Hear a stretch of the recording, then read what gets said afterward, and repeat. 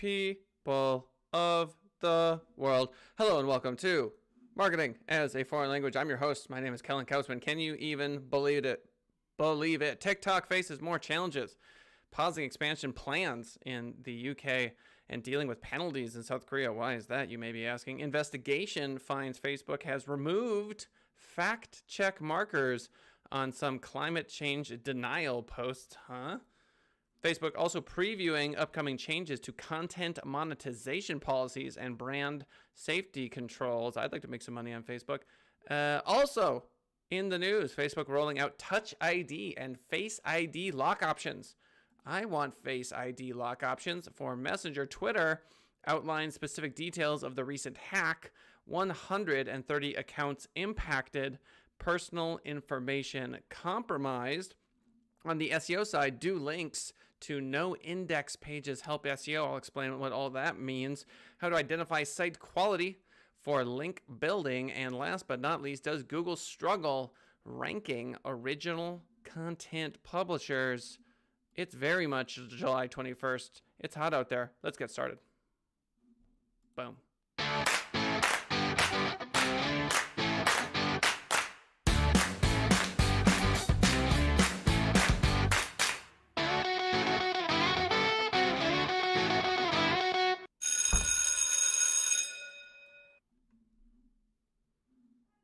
All right, I want to start with this. Twitter outlines specific details of recent hack. As its investigation continues on late Friday night, Twitter provided an update of the latest information about the recent hack, which targeted the accounts of several high-profile users. If you were with us yesterday, you know that, like Elon Musk, Barack Obama, I want to say the Kardashians. It was crazy, pure craziness. All of them were hacked with a message that said, hey, I'm giving money away to my followers. Send money to this Bitcoin account and I'll give you as much as you send me, which is ridiculous. To recap the situation, at around 1 p.m. on Wednesday, several celebrity accounts began tweeting out similar odd messages. There you have it. So upon recognizing the incident, Twitter locked down all verified accounts as it sought to assess the situation. While Twitter also took expanded action that wasn't as publicly visible, Twitter explains, quote, shortly after we became aware of the ongoing situation, we took preemptive measures to restrict functionality for many accounts on Twitter. This included things like preventing them from tweeting or changing passwords. We also locked accounts where a password had been recently changed out of an abundance of caution. Thank you to the 2 likes. So what happened? How exactly did the hacker or hackers get access to these high-profile accounts? Oh, geez, I'm not even sure. Quote, we believe attackers targeted certain Twitter employees through a social engineering scheme, whatever that means. The attackers successfully manipulated a small number of employees and used their credentials to access Twitter's internal systems, including getting through our 2-factor protections. As of now, we know that they accessed tools only available to our internal support teams to target 130 Twitter accounts. For 45 of those accounts, the attackers were able to initiate a password reset, log into the account, and send tweets. Twitter reported that 130 accounts in total had been impacted late Thursday evening, and it now says that fewer than half of them were subsequently utilized in the hack. So, who is responsible? Is it Twitter? Is it the hackers? Who will pay? And how much will they pay? What kind of world do we live in? Where we're not sure if the tweet coming from ostensibly the person that we think the tweet is coming from is not coming from that person. With things like deepfake, where we can create a 100% undetectable Barack Obama face or Donald Trump face or Kellen Kausman face and have them say words and convince people that they're saying those words. I think the takeaway is that in general, all of us need to just understand that there is a high probability that we're going to run across some, for lack of a better word, BS. There's going to be some BS there, folks. You understand what I'm saying? And you need to be able to identify it. Does it pass the sniff test?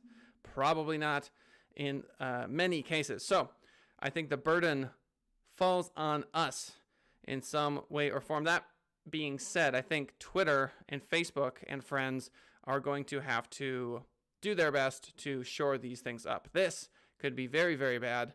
A war could be started. Do you understand what I'm saying? We don't want that. Nobody wants that. So Twitter, Facebook, Instagram, Pinterest, get your acts together. Should there be some sort of monetary penalty for Twitter for not having their information secure? Should Elon Musk and Obama and everyone else who got their accounts hacked be able to attack Twitter and sue Twitter? Should they be able to demand financial what would the word be? Compensation? Should they be able to receive financial compensation for having their Twitter accounts hacked? What do you think? Is that something we want to pursue? Is that a road we should go down? TikTok faces more challenges, pausing expansion plans in UK and dealing with penalties in South Korea. While there's no doubting the popularity of TikTok as reflected in the app's rapid ongoing growth around the world, it's becoming increasingly difficult to know what the future holds for the app. If I recall correctly, we just did a story on TikTok where I want to say President Trump was fighting against them or considering banning them. It is a Chinese-based company, and so the war rages on.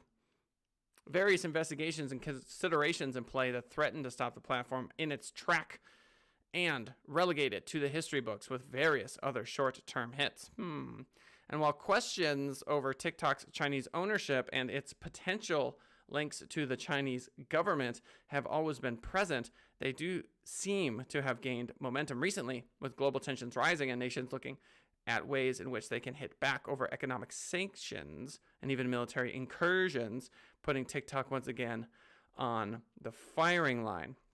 So the basic attack here from Trump says TikTok has been caught red-handed by monitoring what is on your phone's clipboard. Sign the petition to ban TikTok. So there you have it from Trump. He has taken personal credit for prompting other nations to reconsider allowing Huawei to develop their 5G projects. And so the war rages on. Let's see. TikTok was recently fined $154,320 by South Korean officials for, quote, collecting personal information of children under 14 years of age without consent from guardians and failing to disclose or notify when sending personal information overseas. They were also fined $5.7 million by the US FTC for similar violations last year. So TikTok, apparently not so much on the privacy, not so much caring about all of that. They just opened up their ability to advertise, so these two things coming in tandem makes for interesting news. Investigation finds Facebook has removed fact-check markers on some climate change denial posts, Andrew Hutchinson writes. While Facebook continues to up its efforts to remove COVID-19 and misinformation, various reports in recent weeks have suggested that it's not doing anywhere near as much to halt the spread of other types of misinformation across its network. It will never get the A+ rating as long as it's this billion-dollar company. People will always be saying it's not enough, raising questions as to the role Facebook plays in such and what its motivations are exactly for taking a more, quote, hands-off approach in certain contexts. The latest report comes from Popular Information, which is today published an account of one specific piece of climate change denial literature, which, despite being found by Facebook's fact-checking partners to be, quote, partly false and labeled as such as per Facebook's policies, eventually had that tag removed, seemingly after intervention by Facebook management. So Popular Information writes, quote, the article authored by Michael Schellenberger, how's that for a last name, and published on the Daily Wire uses 12, quote, facts to argue that concern about climate change is overblown, but then without explanation, the fact check was removed. If a Facebook user attempts to share the article today, there is no warning and no link to the fact check. Schellenberger's piece on the Daily Wire and elsewhere has now been shared over 65,000 times on Facebook. Well, now I'm interested in the actual article because that is the rub, isn't it? What are the claims that Mr. Michael Schellenberger are making? What are those claims? Indeed is the crux of the issue, is it not? It's not entirely clear, according to Andrew Hutchinson, what happened in this case, but it does seem that Facebook, at the behest of a political representative, may have chosen to remove a fact check marker on a climate denial post, assuming it is a climate denial post. I haven't read it, despite the post being marked as false by professional fact checking partners. Oy, the waters are muddy.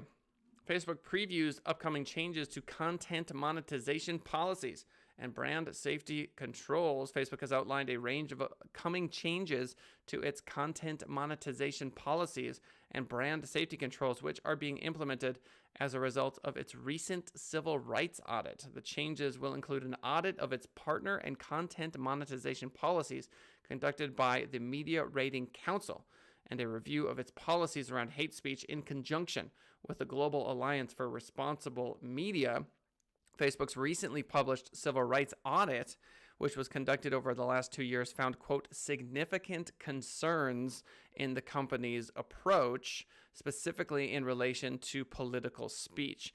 These new measures won't address that issue, but they will touch on several key areas, including an evaluation of the development and enforcement of our partner monetization policies. Okay, what are we talking about here? Recently published civil rights audit.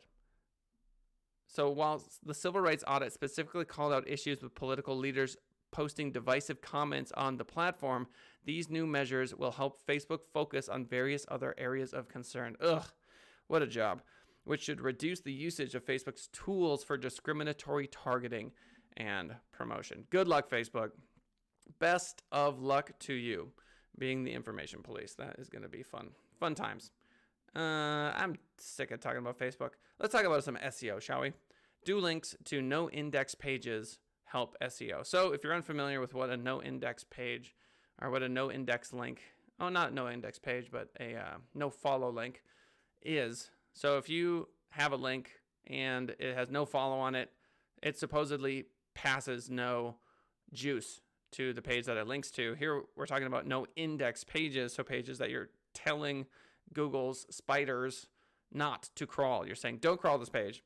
So do links to no index pages help SEO. Learn 4 possible scenarios involving robots and no index directives and how exactly they can impact your website's SEO. A little technical, so I'll try to slow it down, make sure everyone understands what we're talking about. This week's Ask an SEO question comes from Susan from Texas. She writes, I have a URL blocked in my robots file. Okay, so there's something called a robots.txt file that basically determines what traffic you allow into your website and what you choose to block. So she has a URL blocked in that file. So it basically says, don't go here, spiders. I just learned that one of our marketing managers told everyone at a meeting to link to this specific URL because, quote, it will help our SEO. Well, all those people linking to a page on our website that I set to no index really help our SEO, or will it be null and void to have all of these links pointing to a page that I have set to no index? Thanks, Susan, and great question. For this answer, I'm going to start with the basics in case someone newer to SEO, okay? So the difference between robots.txt and meta robots. Whoa, there are 2 types of robots. We could be talking about robots.txt and meta robots. It sounds like we're talking about the robots.txt file. That's the file that I just described. According to this article, it's a file that guides spiders and bots through what to crawl and not focus on during a crawl. It works more as an ignore these files and folders if you're XY spider, and do not crawl at all if you're AB. It also tells spiders which files and folders are more important. This is true. Meta robots, this lives in the header of a page and tells a search engine spider whether it should index the page. It is also used to define whether to follow or not follow the links from a page. Okay, here's the answer. There's 4 possible scenarios. Internal links pointing to a page you have in robots.txt set to disallow. Okay, this is complicated. Let's just dive right into this first one. Internal links pointing to a page you have in robots.txt set to disallow. Creating links to a page that you tell search engines not to crawl likely won't harm or benefit you in a really big way. I would agree with this. If you have a page on your website that you're telling Google, hey, don't index this page, then if people link to that page, whoop-de-doo. But it does create a conflicting signal, which can be problematic in the long run, I guess. Imagine being told to walk the long way through an IKEA by a manager when there was a direct path. You get the same result, but you get annoyed, and it was more difficult than it had to be. This is what you're doing to Google. Yeah, so basically what you're saying is the spider gets to the page, and you say, nope, don't come into this page. And then the spiders crawl the entire internet, and they find that link to that page, and then they end up on that page. They're still getting to that page. They're still getting to that page. Inbound links that you have in robots.txt and are set to disallow. You know what?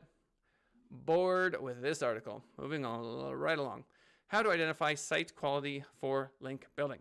Discover actionable tips on how to scale up a high-impact link building program. Yes, we all want high-impact link building, don't we?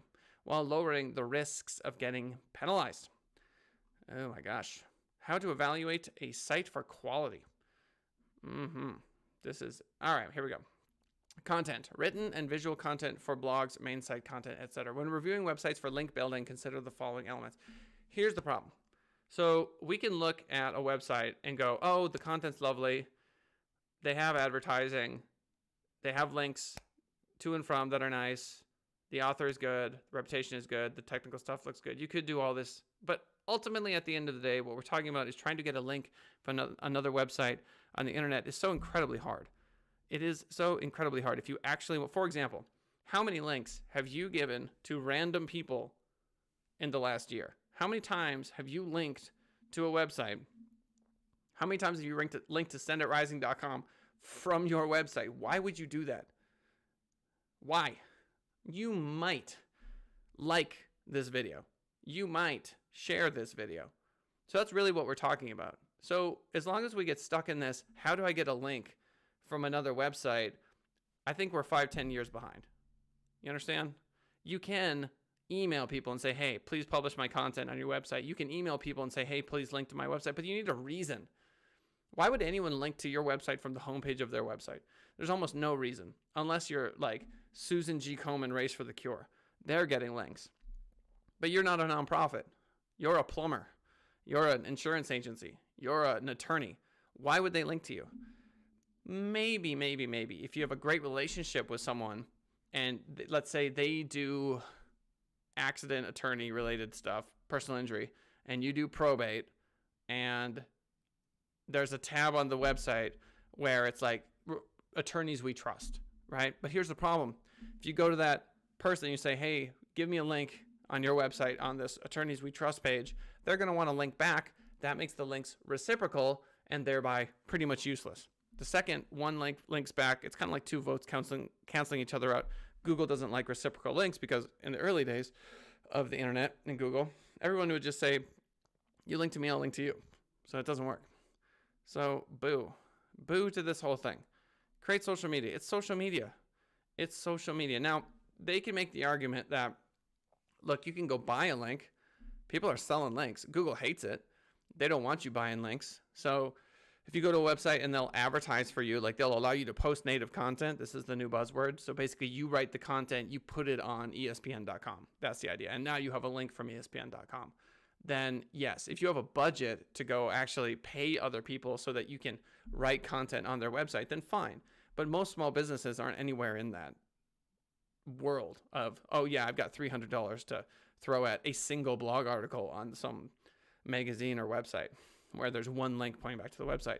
But those people have a significant advantage, obviously, because they're getting links from high quality websites. And if you're doing that, then yes, this article makes more sense because then you want to take a look at all the things because you're actually spending money on getting that link. But the problem is if Google at all realizes that money is changing hands at any point, they're going to beat you up. They're going to beat you up. So I don't like it. I don't like it. In general, I don't like it. Okay, does Google struggle ranking original content publishers? So I think the question for this one is, does Google actually know who wrote it first? A tweet from Danny Sullivan of Google and someone from BuzzFeed highlighted a possible bug in how Google ranks pages. Google is supposed to rank the articles first. That's a typo. Instead, Google is ranking articles published by others who cite the original author but not the original article. Original reporting not shown in Google. The tweet was by someone from BuzzFeed News. They were concerned because they broke a story about a celebrity. A week later, several other websites reported the same news with a citation to BuzzFeed News' original article. There would be no articles on the topic if BuzzFeed News hadn't published their report. So it must be frustrating to publish original content only to see others rewrite it and rank ahead on Google. Yes, that must be incredibly frustrating. Sarah tweets, hey, we published the original reporting on the Ellen Show's work culture last week, but it is not even in top news or even in the top publishers. Yeah, so you break the story and then you get beat up. Google wants to rank original content. Google's Danny Sullivan responded that publishers who don't add additional content like interviews or provide new insights should not outrank, should not, it being the keywords, the publisher who published the original content that helps a reader understand something better or gives it more depth. Is called value add. Value add is something that can make an article unique and ideally significantly more useful. But this is, yeah, look, Google wants to rank original content. That doesn't mean that you're going to have your content ranked. So, okay. If BuzzFeed, and this is BuzzFeed, mind you, so forget about like local publisher, right? This is BuzzFeed. Big baseball bat, bam! They're super powerful. Let's say you break a story. Let's say KellenKautzman.com breaks a story. And, you know, the chances of me actually ranking number one for it, I would say, are incredibly small because the number of indicators of this, my great original content, being better than, say, like, what do we have here? Newsday, EW.com, Fox News. They have millions and millions of links. When people go to one of our websites, they're probably going to stick around for like 30 seconds to a minute. They go to like a Fox News that they've trusted for years and years and years, or an ESPN.com or CNN.com or whatever, they're going to stick around for a lot longer. And if on those sites they have like a video or some extra photo or whatever, you just get beat up. So no, I would argue that just because you're the original author of content in 2020, whoop-de-freaking-do. Who cares? Who cares? So yeah, it sucks. It sucks that, you know, the power of these gigantic websites just absorbs attention. You know, they're just like planets. They've got gravities and they're just going to suck in clicks. So it's really like Malcolm Gladwell has a great book called The Tipping Point, which I'm sure you've heard of or perhaps have even read. You know, you got a website and you just finally hit that tipping point, and then all of a sudden, wow, we just get a ton of love, ton of attention, ton of clicks, etc. So this is true, I think, of original content in 2020 as well. Shout out to whoever just clicked the like button. Much love, much thank you. So today, we got some weird articles today. Just some weirdness. So Twitter is basically saying, look, we had internal, you know, what would you call it? Conspiracy. I mean, someone got into like the employee database, and that's what caused this gigantic breakdown. We're going to keep an eye on this story. I'm sure we're going to see more headlines about it. It's going to be real interesting to see what happens, who pays. It's just a reminder to everybody, look, do not trust everything you see out there because obviously it can be hacked. TikTok faces more challenges. TikTok's getting beat up. They do not care about privacy, apparently. Based on the articles we've been reading here, they're just taking all kinds of data, and then it's politically expedient to beat them up nowadays because they are not an American company, at least from the American political perspective. Investigation finds Facebook has removed fact-check markers. Okay, so Facebook continues the policing. It's not going to be easy for them to do that. I think we skipped this one and this one. Does it? Okay. This is just an in the weeds article. Do links to a Noindex page help SEO? Here's the takeaway. You really should be creating as much content as you can in the form of video content. And if possible, photo content, sharing it on Pinterest, Instagram. Video content should be shared on LinkedIn, YouTube. That's really how you link build in 2020. All this stuff is kind of like garbage, old school. Like, I feel like SEO is kind of dead in a way. Like, I think you can just call it social media at this point, and all the SEO people will go, "Bah, you're crazy," because there are all these technical elements to SEO that still matter, and I would agree with that. I wrote a book on SEO, so I'm familiar with it. That being said, look, it's just, are you entertaining or not? Welcome to 2020. Is the content you're creating shareable or not? End of story, move on. This kind of in the weeds stuff is really starting to just bug me, because I feel like it's content that just appears because we've run out of things to talk about. That's what this article feels like. Running out of things to talk about. What do we talk about now? What's this? How to identify site quality. Look, if you're going to pay for links, buyer beware. That's all I have to say. Buyer beware. It could go very poorly for you, but in the event that you are actually going to pay for a link or a native blog post or whatever, be careful. That's all I'm saying. Be careful, because Google could come back and if you don't, every time anyone has tried to manipulate search results in the history of search results, they've always gotten caught all the time, constantly. So the only time it ever works is where you have a website where you can build 15,000 links to it in a seedy sort of grayish area, and then it ranks for a bit and you make money, and then Google finds it, destroys it, and moves on. That's kind of the only thing that's ever worked. And so that to me is just not a long-term strategy, and I'm not interested in this kind of unethical game. Just no interest, at least for me anyway. And then last but not least, yeah, it's sad, but just because you wrote it first doesn't mean you're going to be the one ranking for it. So that to me is sort of a pie in the sky, wishful thinking sort of deal. Oh, but I'm the one who found the story. It doesn't matter. Everybody has a platform nowadays. And if they publish the story, and look, they can rewrite your dumb article. You understand what I'm saying? They can rewrite your article very easily. It's not hard to rewrite an article. Whether it's dumb or not, I guess is besides the point. I'm just frustrated. They can rewrite your article, you understand me, easily. And then voila, the fact that they're CNN or Fox instantly makes them a more authoritative and attractive news outlet. Therefore, they win, you lose. I mean, this is like schoolyard 101. They're a senior in high school, you're a kindergartner. They're taking your lunch money. You see what I'm saying? Best of luck fighting them. Okay, well, on that positive note, nothing but positively positive vibes on Marketing as Foreign Language today. Oh, look at this lovely banner ad. Use code FREESHIP. Sephora. All right, it's 10:58. Can you believe it? I certainly can't. July 21st. It's 1,000,000 degrees outside, so feel free to crank that AC. Drink yourself a lovely iced beverage. And we'll see y'all tomorrow. If you haven't hit that like button, feel free to do so now. Much love, much thank you. And we will talk to you mañana. Bye-bye.